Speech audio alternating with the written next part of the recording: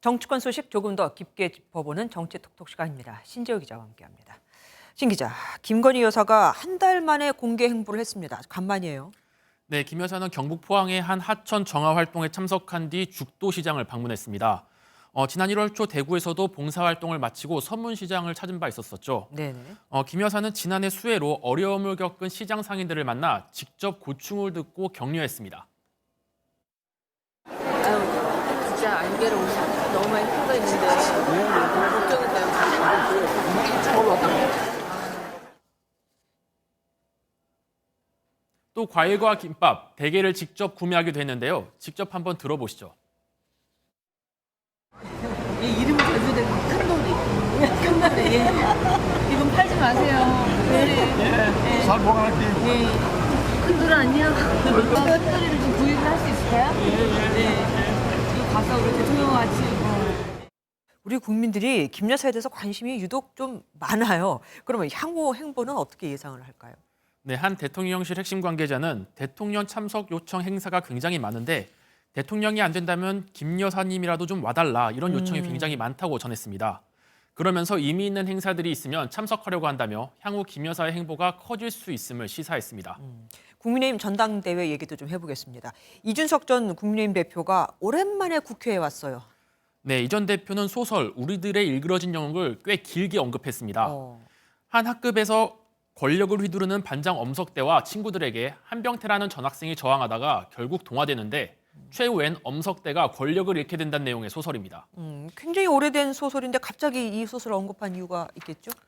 네, 이 전 대표는 직접 언급하진 않았지만 윤 대통령을 엄석대로, 친윤계 의원들을 엄석대 측근으로 이준석 전 대표의 후보를 한병태에 비교했습니다. 한병태는 그런 엄석대에게 저항해보려고 노력을 많이 했습니다. 분명히 잘못한 것은 엄석대인데 아이들은 한병태를 내부 총질러로 몰아서 괴롭힙니다. 그러면서 친이준석계 후보들이 권력의 카르텔에 편입되지 않게 다른 결말을 만들어달라고 호소했습니다. 반면 김기현 후보는 이 전 대표가 이재명 더불어민주당 대표를 지칭한 줄 알았다고 일축했습니다. 저는 그 글을 보면서 엄석대가 이재명을 지칭한 것으로 이해했습니다. 알겠습니다. 또 다른 당권 주자인 황교안 후보 얘기도 해보겠습니다. 전광훈 목사를 고소했습니다. 이상해요? 네, 황교안 후보는 SNS를 통해 전 목사 고소 사실을 전했습니다. 네. 지난 총선 국면에서 공천과 관련해 전 목사가 황 대표에게 공천을 받으려고 50억을 줬다고 거짓말을 했다는 이유입니다. 그러면서 다른 거짓말과 음해도 있다며 추가로 고소할 의사가 있음을 전했습니다. 제가 지금 방금 이상하다고 말씀드린 이유가 황교안 후보가 당대표를 했던 시기에 두 사람 상당히 친밀한 관계였던 걸로 제가 알고 있거든요. 네, 맞습니다. 4년 전쯤만 해도 두 사람은 여러 행사에 함께 자리를 같이 하면서 친분을 드러냈었습니다. 네. 보수단체 집회연단에 함께 오르거나 전 목사가 단식 투쟁을 하던 황 대표를 찾아가기도 했습니다. 네네. 대표님은 내강 외유로서 속으로는 참 제가 잘 알지요. 대표님의 그 무서운 결기를. 자유한국당 외유 내강입니다. 아니에요. 보면 강해요. 너무 좋아 보이는데요.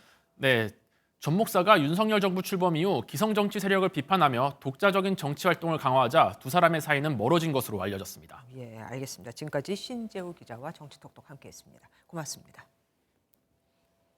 안녕하세요. 김주하입니다. 공정하고 신속한 MBN 뉴스, 유튜브를 통해서도 만나보실 수 있습니다. 특히 더 많은 뉴스와 라이브를 보고 싶으시다면 오른쪽을 눌러서 구독하시면 됩니다. 어렵지 않죠? 빠르고 정확한 뉴스로 계속 찾아뵙겠습니다. MBN 뉴스를 시청해 주신 여러분 고맙습니다.